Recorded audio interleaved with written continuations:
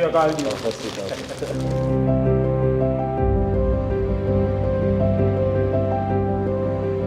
हिंदुस्तान के गांव का एक लड़का जब दुनिया में नाम रोशन करता है तो अच्छा लगता है।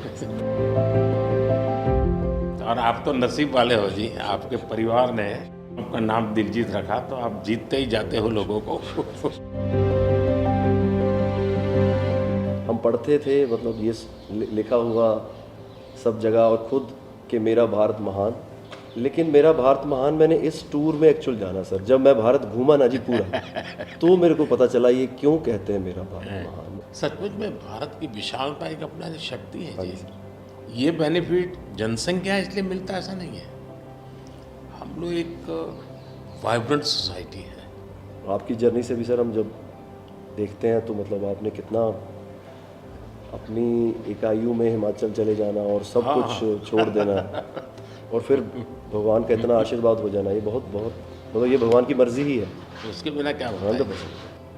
हमारे देश में हर इंसान पौधे में भी परमात्मा देखता है। 100% देखते हैं, मतलब हम वेस्टेज नहीं करते हैं। हाँ, थ्रो अवे कल्चर वाले लोग नहीं है।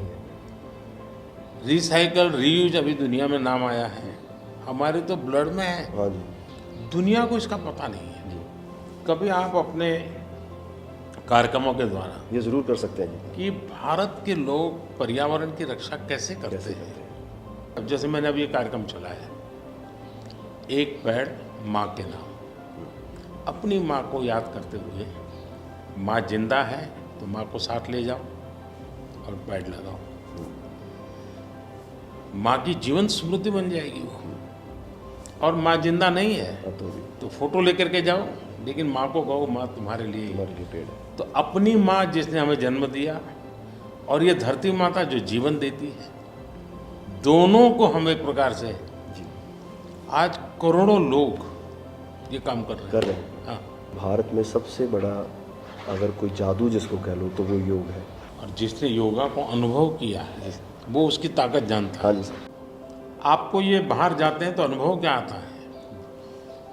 संगीत के इतने बड़े समारोह में जाते हैं तो बाकी लोगों की भाषा, उनकी स्टाइल, नए इमोशंस होते हैं। जी जी सर, मेरे को लगता है सर जैसा उन्होंने बना दिया एक कोचेला को एक फेस्टिवल, या और भी फेस्टिवल्स बड़े होते हैं,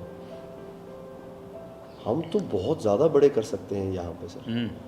और लोग दुनिया भर से ट्रैवल करते हैं ऐसे फेस्टिवल्स के लिए। तो हमारा तो इतना रिच कल्चर है, अगर हम ढाबे में बैठ के भी खाना खा रहे हैं और कोई राजस्थान में गा रहा है तो इतना सुरीला गा रहा है कि बंदा बोलता है कि मैं गाना छोड़ दूं यार, ये इतना अच्छा गाना गा रहा है। और मैं प्रोफेशनली गाता हूँ, ये बंदा प्रोफेशनली गा भी नहीं रहा और मेरे से अच्छा गा रहा है। इतनी ज़्यादा उनके अंदर कला है।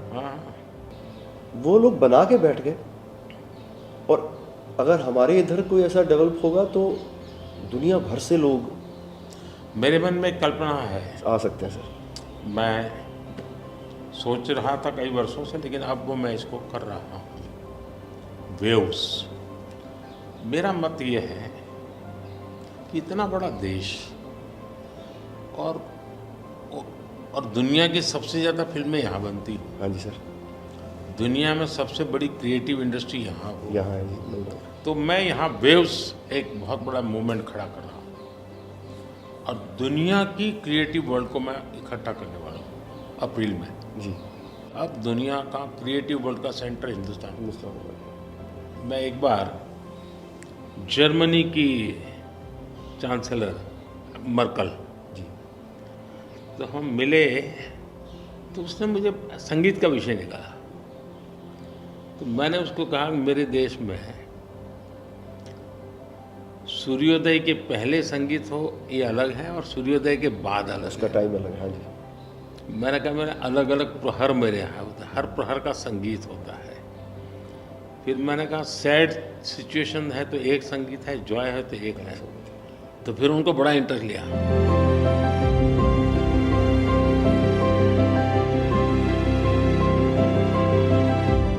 मैं सचमुच में साहबजादों का जो बलिदान है जी सर। लेकिन सिख परंपरा ने उसको जिस प्रकार से निभाया है जी। अद्भुत है। मैं तो पंजाब में रहा हूँ तो मुझे मालूम है, माता गुजरी और 7 दिन तक लोग सोते नहीं और घर, सच्ची नीचे सच्ची सोते ज़मीन हैं। पे सोते हैं जी। हाँ जी, हाँ जी, मुझे खुद को बड़ा इमोशनल अपील करता था। हाँ जी, तो फिर मैंने यहाँ आकर के 26 दिसंबर को हाँ जी, बाद में। वीर बाल दिवस मनाता हूँ। हाँ जी, और मैं देश के हर बच्चा को चाहता हूँ कि वो समझे कि कैसे वीरता होती थी, जी सर। आस्था क्या होती थी। कच्छ के अंदर लखपत में गुरुद्वारा है। 2001 में जब भूकंप आया तो उसको काफ़ी नुकसान हुआ गुरुद्वारा को।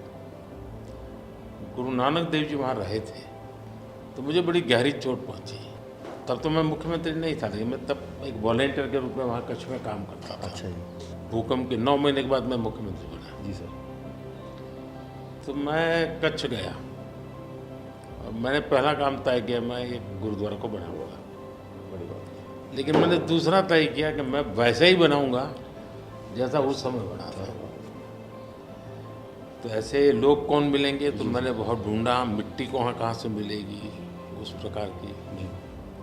आखिर को मैंने राजस्थान से कलाकारों को लाया, आर्टिस्टों को, और उनके मतलब जैसा था वैसा बनाया। ऐसा बन गया। तो मैंने आपका इंटरव्यू देखा था सर अभी हाल ही में, हाँ, उसमें जब आप अपने माँ और गंगा माँ की बात कर रहे थे, जब आप हाँ, इमोशनल हो गए सर, वो मुझे बहुत टच किया। मतलब वो एक हमारे लिए आप प्रधानमंत्री एक बहुत बड़ा पद है, तो हम शायद एक जो उसके पीछे एक माँ और बेटा और इंसान है, वो कई बार वो निकल जाता है, भूल जाता है, क्योंकि एक ओहदा बहुत बड़ा है।